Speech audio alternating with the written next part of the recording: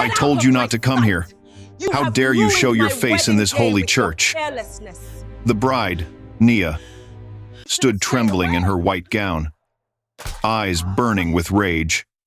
Her voice echoed through the golden hall. I warned you before. You ruined everything.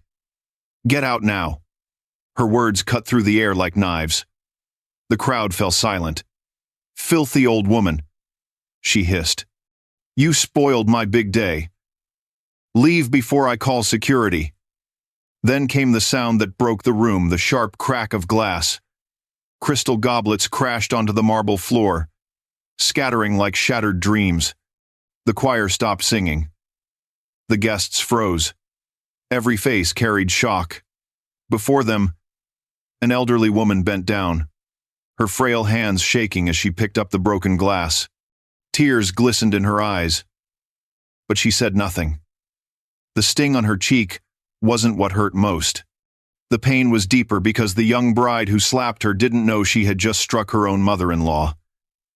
At the altar, Kofi, the groom, stood frozen.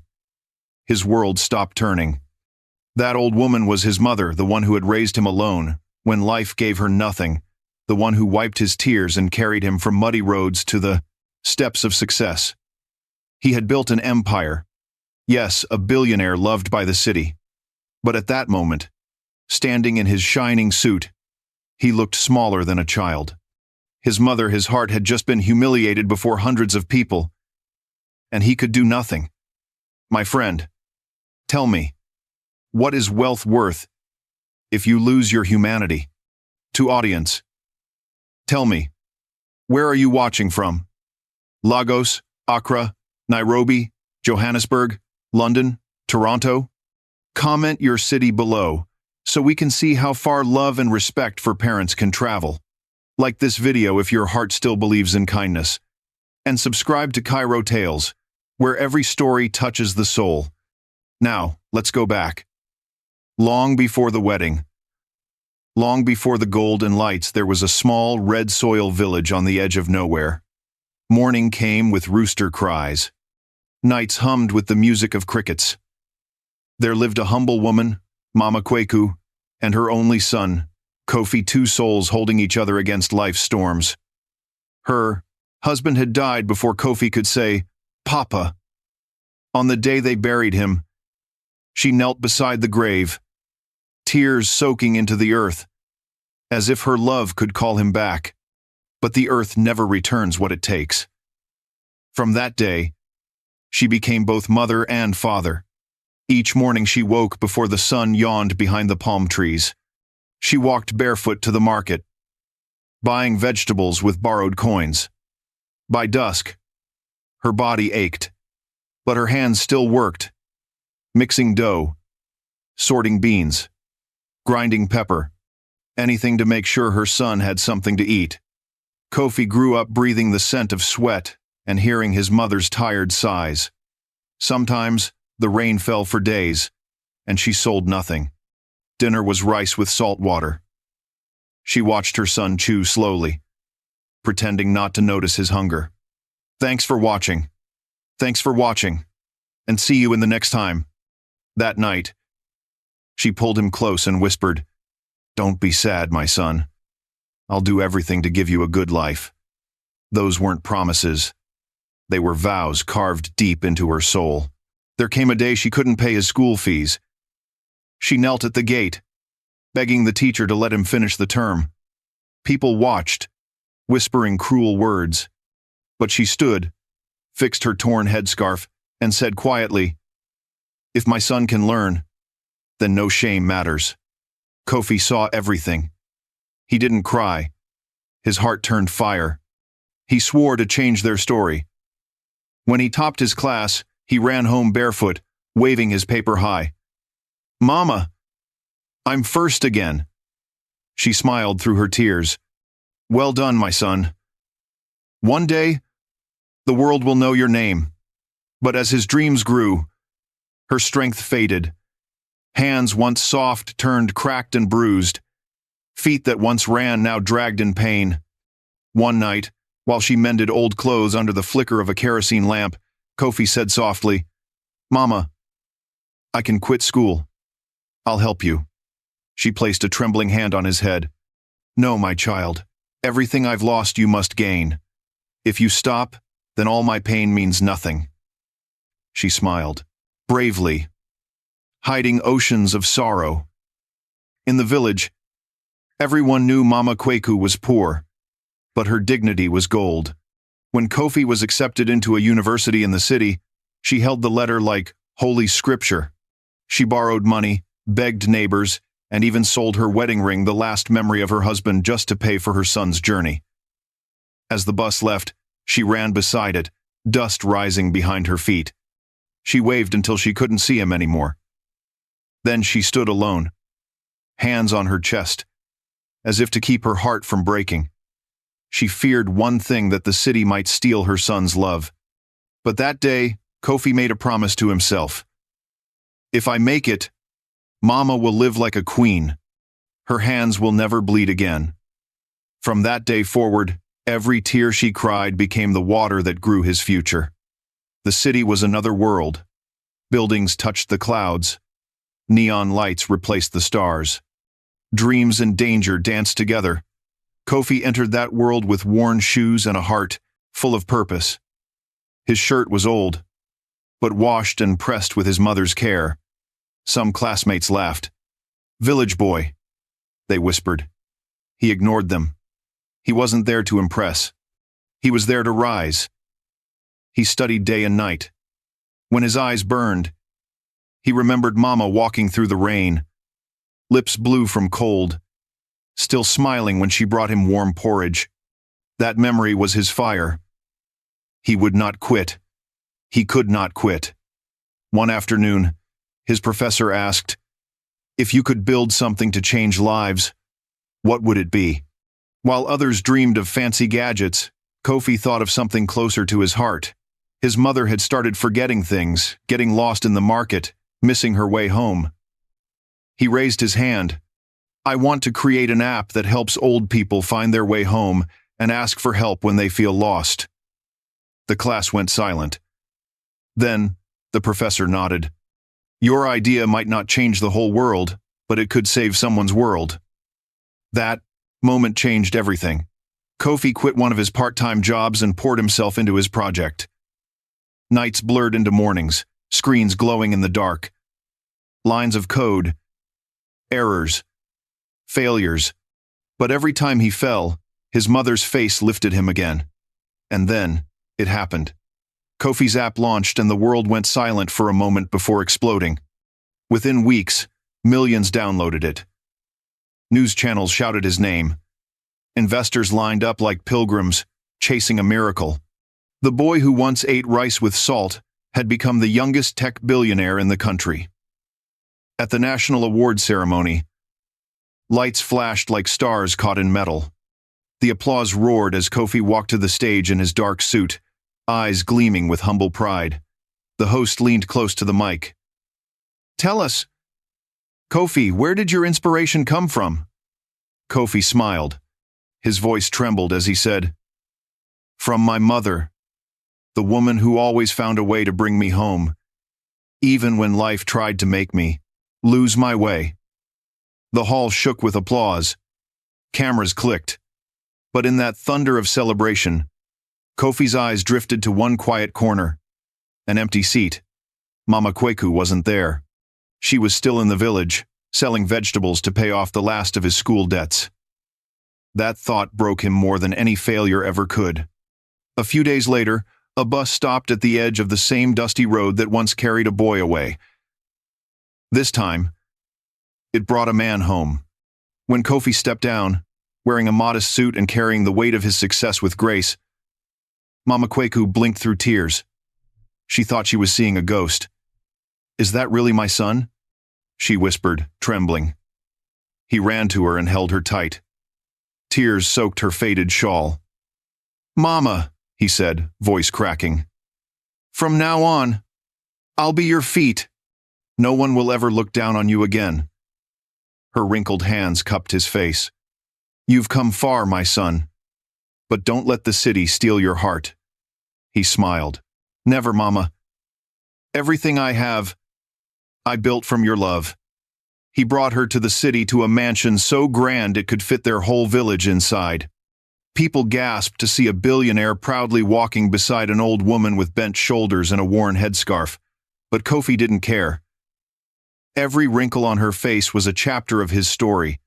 At their first dinner, Mama Kweku stared at the shining cutlery and tall glasses. She picked up the fork backward, laughed shyly, and whispered, "These things confuse me." Kofi leaned over and helped her cut her food. When the maids offered to serve her, she waved her hand. "No. Let me do it myself. That way I still feel alive." Kofi nodded gently. "Let Mama do what makes her feel alive," he told the staff later. "That's the real luxury." Everyone in the house learned to love her. Her laughter filled the halls like morning light. Each night, after Kofi finished meetings and signed deals, he would take off his suit, wear a simple shirt, and sit beside her on the balcony. They would share roasted corn and stories from home. Every laugh washed the weight of wealth off his shoulders. One evening, Mama stood by the balcony railing, eyes fixed on the city lights below. They twinkled like lost stars. "These lights are beautiful," she said softly, "but they aren't as warm as the oil lamp we had back home." Kofi placed an arm around her. "Wherever you are, Mama, that's where home will always be." Her smile was small, but her heart was full. Then, love arrived, elegant and dazzling, like a golden sunset. Her name was Nia. Her smile could stop conversations. Her perfume followed her like music. Kofi believed she was the gift life owed him: beauty after suffering, peace after struggle. But he didn't see the storm quietly building behind her grace. Because while she smiled at him with tenderness, her eyes turned cold whenever they landed on Mama Kweku. At first, Nia was kind and charming. "Kofi," she said once, brushing her hair back, "I admire how you love your mother. You're the kind of man every woman dreams of." He smiled, touched by her words. But what he didn't notice was how her voice hardened when the staff or Mama entered the room. To them, she became someone else: sharp, proud, and impatient. Mama Kweku's humble presence seemed to irritate her. One afternoon, while gossiping with a friend over tea, Nia whispered, "Imagine a billionaire with a mother who still wears village rags. How embarrassing." Kofi never heard that. He was too busy being in love. One day, the house buzzed with preparations for a major business event. The staff moved quickly, arranging glasses and trays. Suddenly, a maid's hand slipped a wine decanter, shattered across the floor. The crash echoed. Nia spun around, fury flashing in her eyes. "Do you have any idea how expensive that was?" she screamed. "You useless fools only know how to ruin things." Everyone froze. Then came the sound of soft footsteps, Mama Kweku entering the room. She knelt down, gathering the broken glass with trembling fingers. A shard sliced her palm, and blood began to drip. "Mama!" the maid cried. Nia noticed and looked away. "It's fine," Mama whispered. "Don't shout at the children." "It was an accident," Nia snapped, her voice cold. "Don't interfere, old woman. In this house, I know what's best." Just then, Kofi entered. He saw the blood and rushed to his mother. "Mama, you're hurt." "Sit down, I'll call the doctor." She quickly hid her hand behind her back. "It's nothing, my son.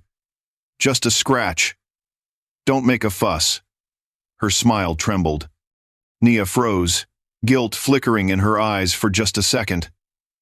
Then she forced a smile, pretending all was fine. But something inside, Mama Kweku, changed that day. A quiet fear began to grow. That fake smile. She had seen it before. It was the same look people wore when they pitied her poverty years ago.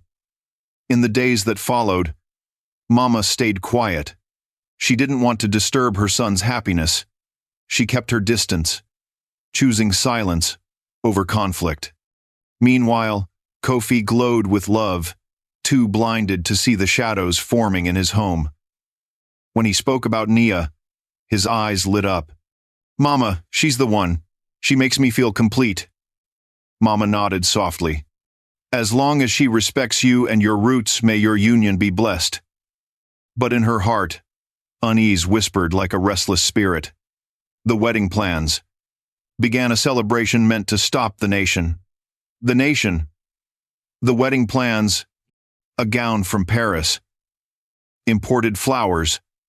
A golden hall large enough to echo like a cathedral. People called it the wedding of the year. Reporters wrote about it weeks in advance. Politicians, celebrities, and the rich confirmed their attendance. Mama watched the preparations quietly, her hands folding and unfolding her old shawl.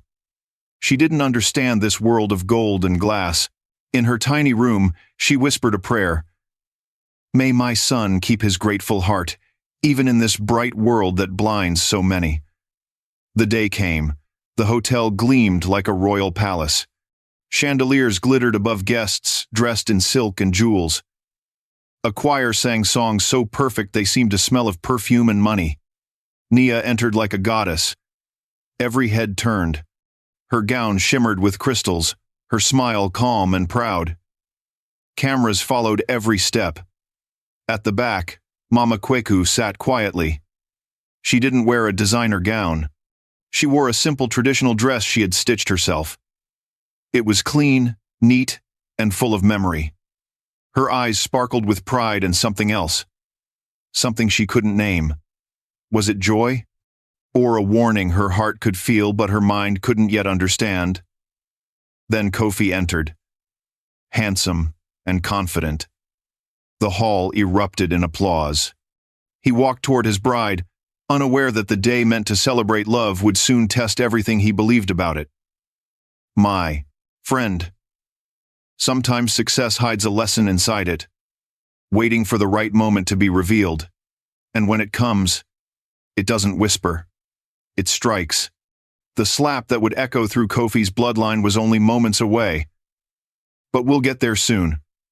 Before that, tell me, what do you think love means? If it doesn't honor the hands that raised us, drop your answer in the comments below. Tell me where you're watching from. Lagos, Nairobi, Johannesburg, London, Toronto, New York. Let's see how far this story travels. And if your mother is still alive, send her a message tonight. She may have waited her whole life just to hear your voice. Don't forget to like, share, and subscribe to Kairo Tales, where every story reminds your heart what truly matters. Kofi stepped out from behind the curtain, dressed in a dazzling white tuxedo that shimmered beneath the cathedral lights. The crowd rose, clapping softly as he walked down the aisle. His eyes searched until they found the woman who mattered most, his mother. "Mama!" he called, his voice full of warmth. He hurried toward her and wrapped her in his arms. "You look beautiful today. Please, smile for me." Mama Kweku's lips quivered, her eyes glistening. She tried to speak, but pride filled her throat like a tide. Her little boy, the same one who once ran barefoot through the red dust, now stood in the center of glory, surrounded by everything she had prayed he'd one day touch. Sunlight streamed through the tall, stained glass windows, painting golden shapes across the marble floor. The air smelled of roses, candle wax, and hope. It felt like destiny had opened its arms for them both. But sometimes, my friend, destiny hides storms behind its brightest skies. Backstage, the catering staff were short-handed. 2 waiters had fainted from the heat, and trays of glassware stood half-ready. Panic buzzed through whispers. Mama Kweku noticed immediately. She couldn't stand still and watch. Disorder. All her life, she had found peace in helping. She stepped closer and said kindly, "Let me help. These hands may be old, but they still remember how to serve." One of the young women shook her head nervously. "Ma, please, you're a guest." But Mama smiled. "Today is my son's wedding. Helping him is my joy." She slipped on a plain black service jacket over her bright traditional dress and picked up a tray of crystal glasses. The other workers looked at her in awe. Even dressed like staff, her grace carried dignity that no diamond could match. Her only wish was for her son's day to be perfect. She never knew perfection was the first step toward heartbreak. At the front, Nia stood gleaming like a goddess sculpted from silk and pride. Her gown sparkled, her chin lifted high. Cameras clicked like crickets in the night. Every guest stared at her beauty. None noticed the quiet figure at the back, carrying a tray with careful steps. Mama Kweku's eyes focused on the guests' table ahead. The carpet was thick, luxurious, and uneven. Her right foot caught on the edge. Time slowed. The tray tilted. Just a few drops splashed across the bride's gown, tiny, harmless, nothing more than water. But to a woman ruled by vanity, it was unforgivable. Nia froze. Her eyes blazed like fire meeting oil. "What are you doing?" she shouted. "Do you know how expensive this dress is?" Every whisper stopped. Mama Kweku bowed her head immediately. "Forgive me, child. It was only an accident." Before she could finish, Nia's hand flew across her face. Slap! The sound cracked through the church like thunder breaking a mountain. The choir gasped and fell silent mid-hymn. The guests stiffened. Someone dropped a glass. It shattered softly. Echoing the moment, Mama Kweku staggered back. Her cheek burned. Her heart fractured. Then came Nia's words sharp enough to cut through bone. "Stay away from me, you cheap, worthless servant." No one breathed. They didn't know the truth. They didn't know that this servant was the woman whose calloused hands had built the very success being celebrated. And in mere seconds, the groom would enter and witness the collision of his two worlds, love and blood. The echo of the slap hadn't yet faded when the grand doors burst open. Kofi stepped inside, glowing with happiness, unaware that his joy had seconds left to live. He walked a few steps and froze. Before him, his mother knelt on the floor, her trembling hands trying to pick up shards of glass. A red mark glowed across her cheek, and standing above her was Nia, eyes blazing, hands still curled from the strike. Kofi's voice cracked. "Nia, what did you do?" Nia turned, face pale as ash. For a heartbeat, she looked frightened, but arrogance quickly covered her fear. "She stained my dress," she said coldly. "Do you know how much this gown costs?" Kofi's tone dropped low. "Dangerous. You slapped my mother?" The church quivered in silence. I didn't know she was your mother," Nia stammered. "That's right," he said bitterly. You never cared enough to find out." 100 phones lifted at once, recording. The holy place turned into a courtroom. One guest shouted, "I saw everything. I recorded it all."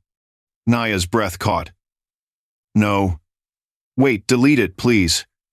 Kofi ignored her. He ran to his mother and lifted her gently. "Mama, are you hurt?" Mama Kweku smiled faintly, tears trembling on her lashes. "I'm fine. My son, don't make trouble on your wedding day. It's only a misunderstanding." But her calmness only deepened the wound. Kofi stood, his hands shaking. "You struck the woman who gave me life. The ceremony is over." Nia gasped. "What? No, please, don't ruin us over one mistake. I love you." He looked at her the way the sky looks at lightning before rain. "A slap to my mother," he said quietly, "is never a small mistake." Gasps rippled like thunder. Nia's knees buckled. She fell, silk pooling around her like liquid gold. The audience stared. The same people who once envied her beauty now pitied her downfall. Cameras flashed, catching every tear, every whisper, every crumble of pride. Mama Kweku was gently escorted out by the staff. She moved slowly, her eyes kind even in pain. As she passed her son, she said softly, "Don't let hatred blind you, my child. Remember who you are." Kofi nodded, unable to speak. His throat ached with anger, shame, and sorrow all tangled together. Outside, wind howled through the churchyard, tearing petals from the arches. He followed his mother into the open air, ripping off his tie as if tearing away the weight of false love. He held her hand tightly. "Mama, from this moment, I promise no one will ever hurt you again." Behind him, Nia's cries echoed faintly, swallowed by the roar of cameras and gossip. Her once perfect image shattered in front of millions. By dawn, the internet had exploded. Videos of the slap filled every feed. Headlines screamed, "Bride slaps mother-in-law at billionaire's wedding." "Arrogance destroys a dream wedding." "What is wealth without humanity?" The clip spread across continents before the sun fully rose. Nia's name, once a symbol of beauty, now trended beside words like pride, cruelty, shame. Luxury brands erased her face from their campaigns.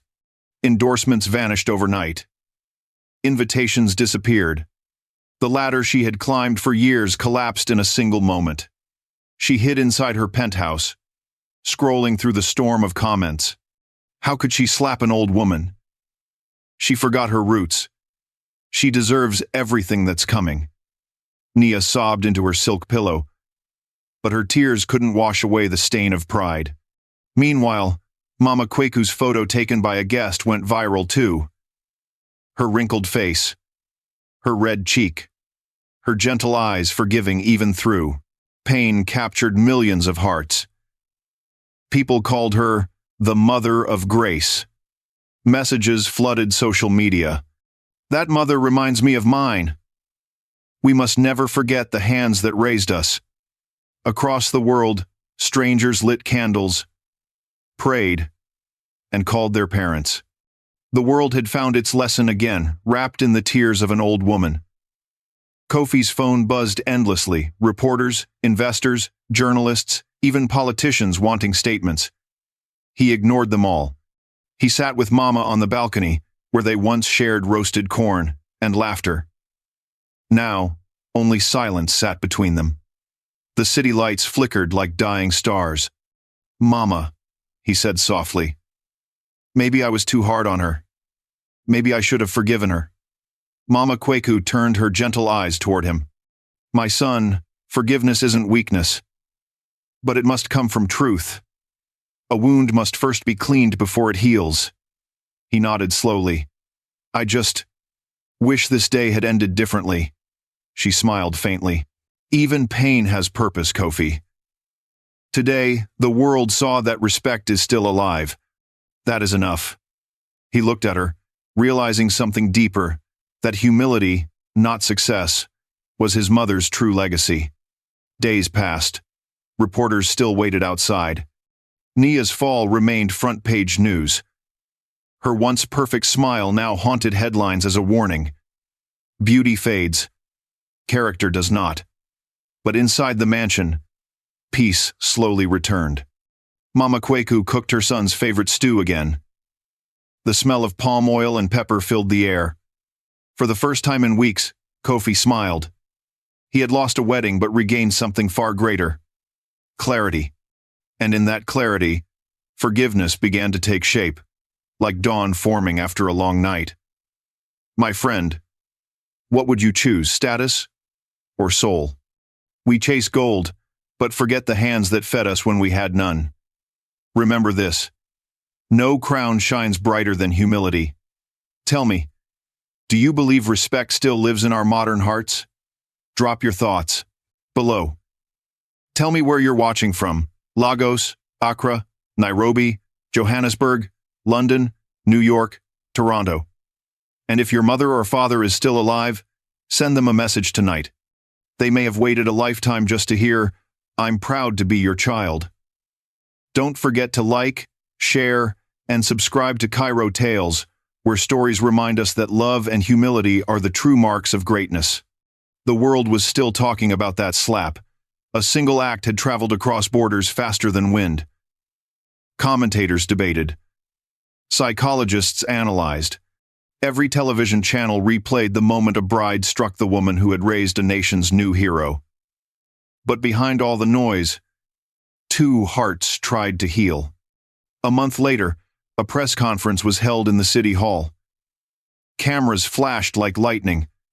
Reporters filled every seat.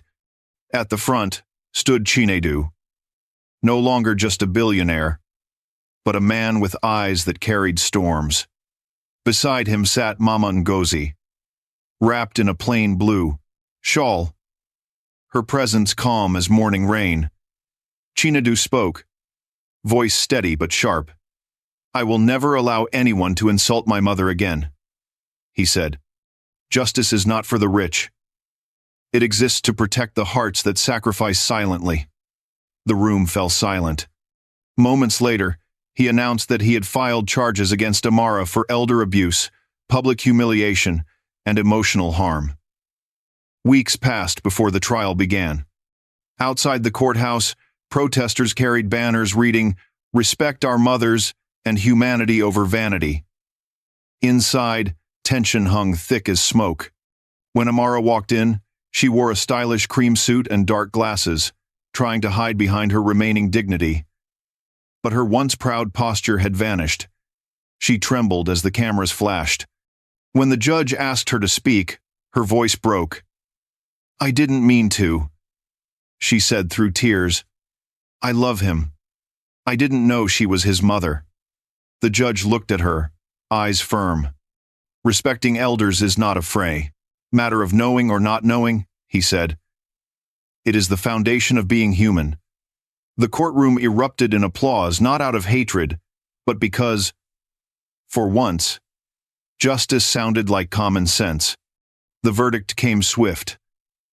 The marriage was annulled. Amara was sentenced to 6 months of community service, assigned to care for elderly residents at a city shelter. She was also banned from contacting Chinedu or his mother. The same cameras that once worshipped her beauty now captured her tears. Every headline turned from admiration to warning, from diamond to dust. A slap that ended a kingdom. And while the world pointed fingers, Mama Ngozi did something no one expected. At the post-trial press conference, she leaned toward the microphone, her wrinkled hands clasped gently. "Do not judge someone forever by the moment they failed," she whispered.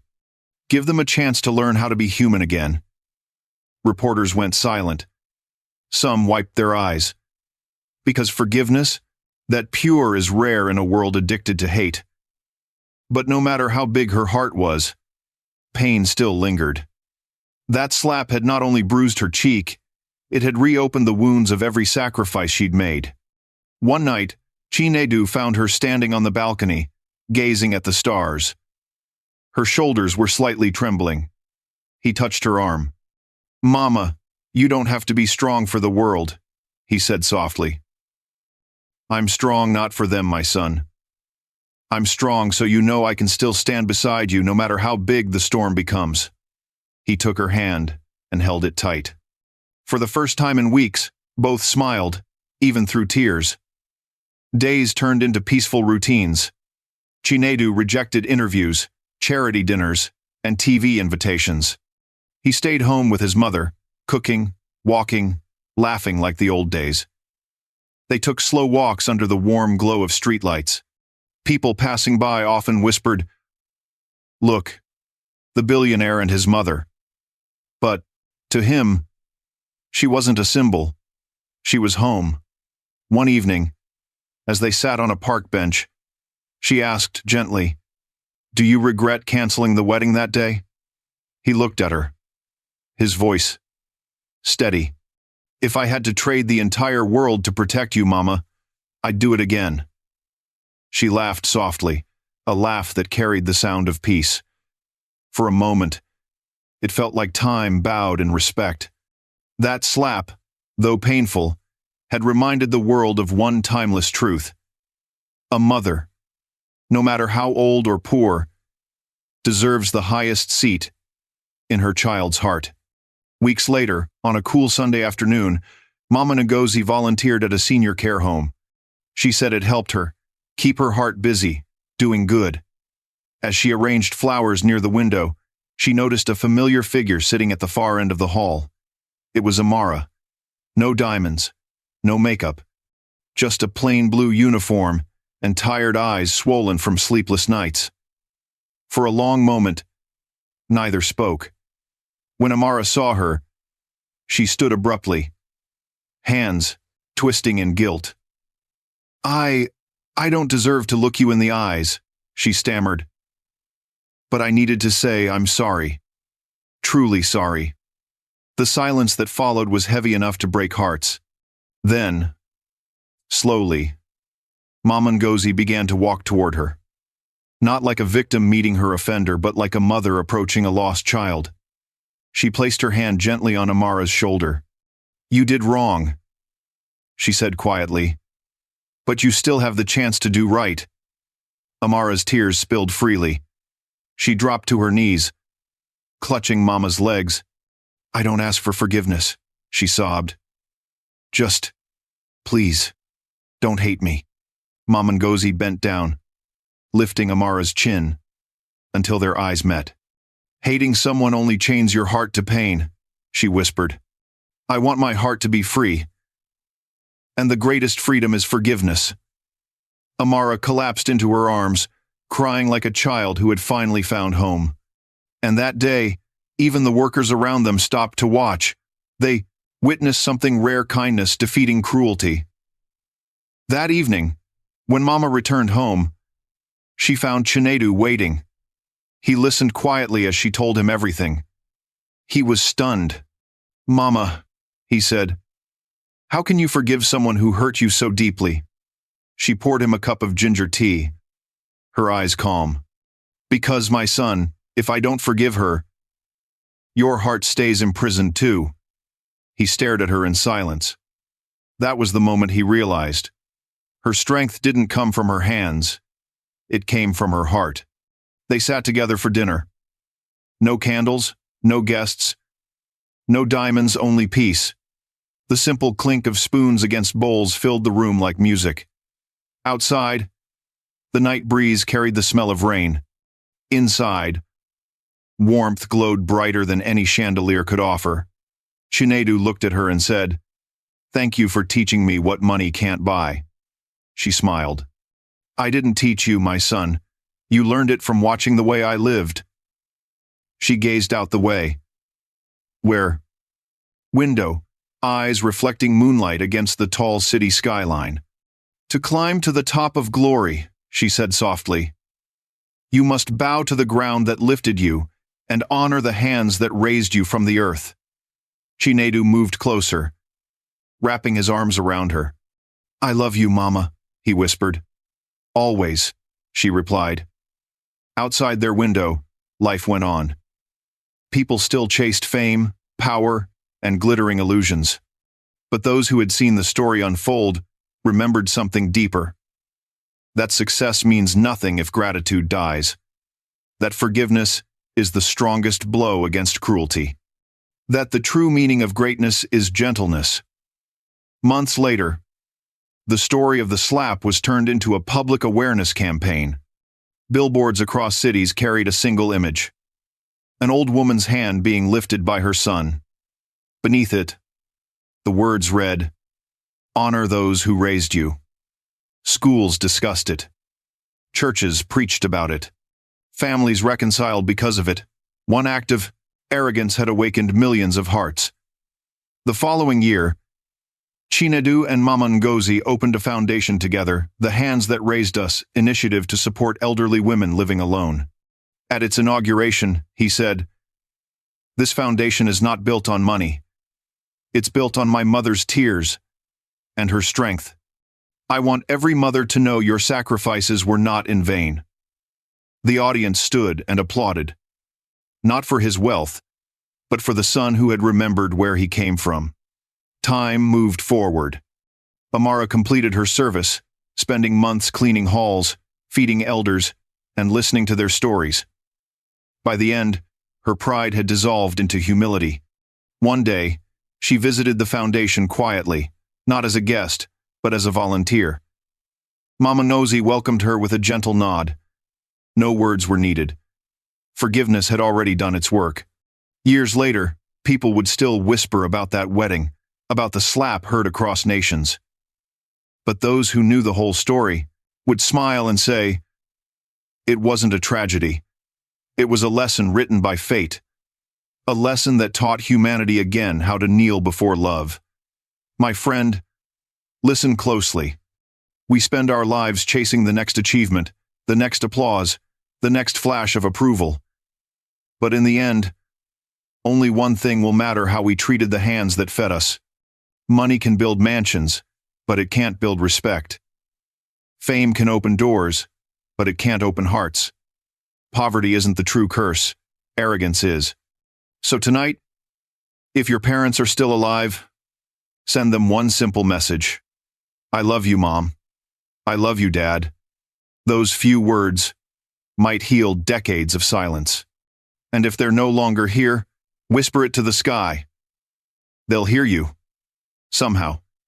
Now tell us, where are you watching this story from? Lagos, Abuja, Accra, Nairobi, Cape Town, London, Paris, Toronto, New York? Drop your location below so we can see how far love and gratitude travel across this world.